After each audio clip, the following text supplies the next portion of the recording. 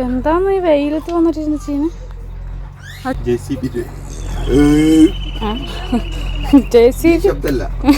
പിന്നെ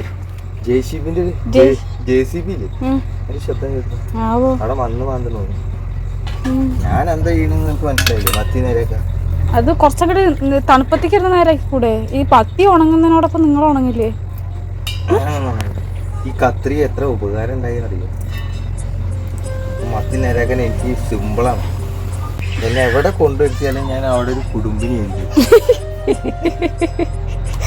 പണ്ടൊക്കെ ഞാൻ മത്തി നേരാക്കുമ്പോ വാരി കളയില്ല. പഞ്ചവർണ്ണത്തിന്റെ അര കണ്ണ് വെക്കണ്ടടി. അപ്പൊ കുത്തി കഴിയണം. ഒരു വരിയിട്ടാ അരിഞ്ഞിട്ട് മസാല പറ്റിയാ മതി. എന്തേ കുപ്പായിട്ടല്ല വീട്? എന്റെ ബോഡി കണ്ടിട്ടേ നീ തന്നെ കൊതിക്കും. ബോഡി ഉള്ള എടുക്കരുതിട്ടാ. ഇനി ഇതില് വെയിലത്തുനിന്ന് വന്നതോ കണ്ണ് കാണാനില്ല തീരെ. കോവിഡ് വന്ന് ആരോഗ്യസ്ഥിതി വളരെ കുറവാണ്. മഞ്ഞപ്പൊടി ഇടുക, കുറച്ചും കൂടി ആവാം. പനി ഉണ്ടാവാണ്ടിരിക്കോ? കുട്ടികളുടെ ഒരു സൈസ് 5 ഉറുപ്പിക സാധനം വരും. ഓക്കെ ബിരിയാണി. ആ സാധനം ഡെയിലി ഇത് ആരും കൊടുക്കരുത് കേട്ടോ കുട്ടികൾക്ക്. ആ സാധനം കഴിച്ചാൽ പിറ്റേ ദിവസം കാലത്ത് ഒരു പനിയാണ്. ഞാൻ എപ്പോഴും ശ്രദ്ധിക്കണ്ട. ഈ 5 രൂപ ഓക്കെ ബിരിയാണി, അതേപോലത്തെ ഈ ചെറിയ 5 രൂപ പാക്കറ്റ് ലേസ്, അതൊക്കെ ഭയങ്കര പ്രശ്നം തന്നെയാണ്. അത് ആർക്കും കൊടുക്കാതിരിക്കുക. ഈ മറക്കാന്ന് പറഞ്ഞാൽ പെട്ടെന്ന് അങ്ങോട്ട് ഉണ്ടാക്കല്ല, അതിന് കുറച്ച് ചടങ്ങുകൾ ഉണ്ടാവുള്ളൂ. കഞ്ഞി തുറന്നു നോക്കായിരുന്നു. ഇനി അത് ഞാൻ ചെയ്യണം. 2 മിനിറ്റ് നേരം കഞ്ഞി ചെറുപയറിട്ടിട്ട് അമ്മ ശരിയാക്കിയിട്ടുണ്ട്.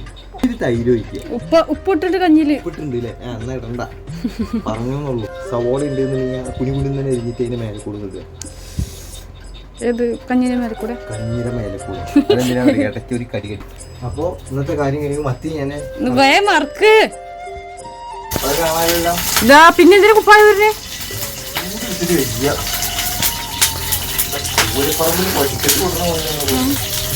ഇതൊക്കെ കൊറേ ചെയ്തിട്ടുണ്ട് പറഞ്ഞിട്ട്. ആ വെള്ളം വറ്റാണ്ടാണ് അതിൽ എണ്ണ കൊണ്ടുപോയി ഒഴിച്ചതേ. ആദ്യം ഈ വലിയ മത്തി കൂട്ട.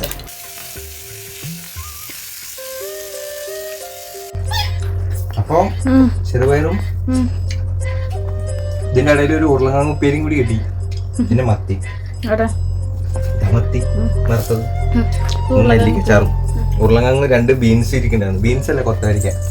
അത് കൂട്ടിയിട്ട് കഞ്ഞിയിൽ ഇച്ചിരി മോര് വെച്ചിട്ട് വേഗം കുടിച്ചോളൂ. സമയം 12 മണിയായി. എന്നിട്ട് മത്തി എടുക്കുക.